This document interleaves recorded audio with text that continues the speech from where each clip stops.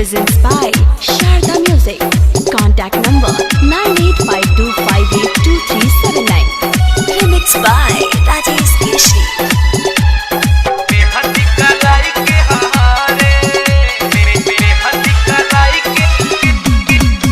रोज में हदी कलाई के हारे, रोज में हदी कलाई के हारे, असखी जोली में जो बन दोनों लाड़े, भतार बिना नींद न पड़े, राजा जी बिना नींद न पड़े, भतार बिना नींद न पड़े, राजा जी बिना नींद न पड़े। रोज में हदी कलाई के हारे,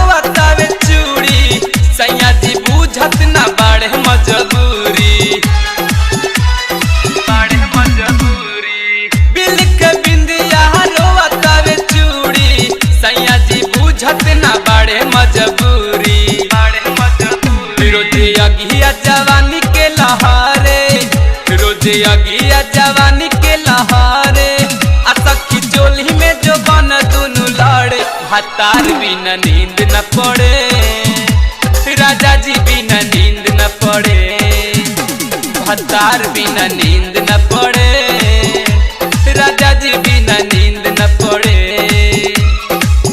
रोज में हदी कलाई के हारे,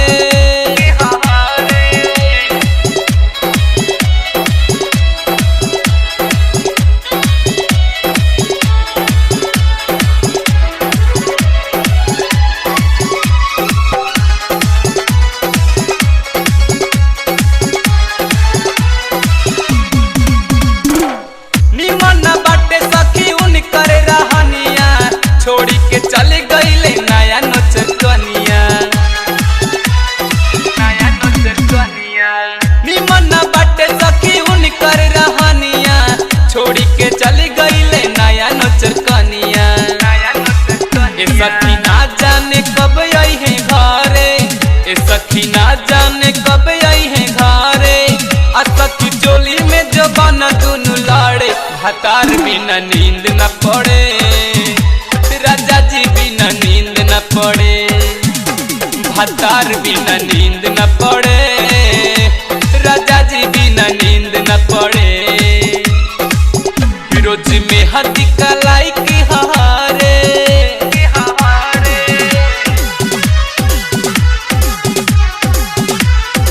Presents by Sharda Music.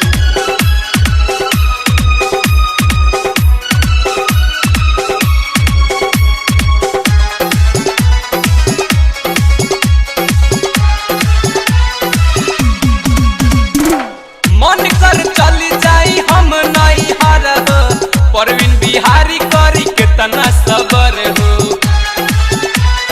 कितना सबर हो, मन कर चली जाई हम नहीं हार हो, राजेश केसरी करी कितना सबर हो, कितना सबर। विवेक तूफानी तीर जियारा में गड़े, विवेक तूफानी तीर जियारा में गड़े, आरोज चंदन के याद हमरा पड़े, भतार बिना नींद न पड़े, राजा जी बिना नींद न पड़े, भतार बिना नींद न पड़े, राजा जी बिना नींद न पड़े।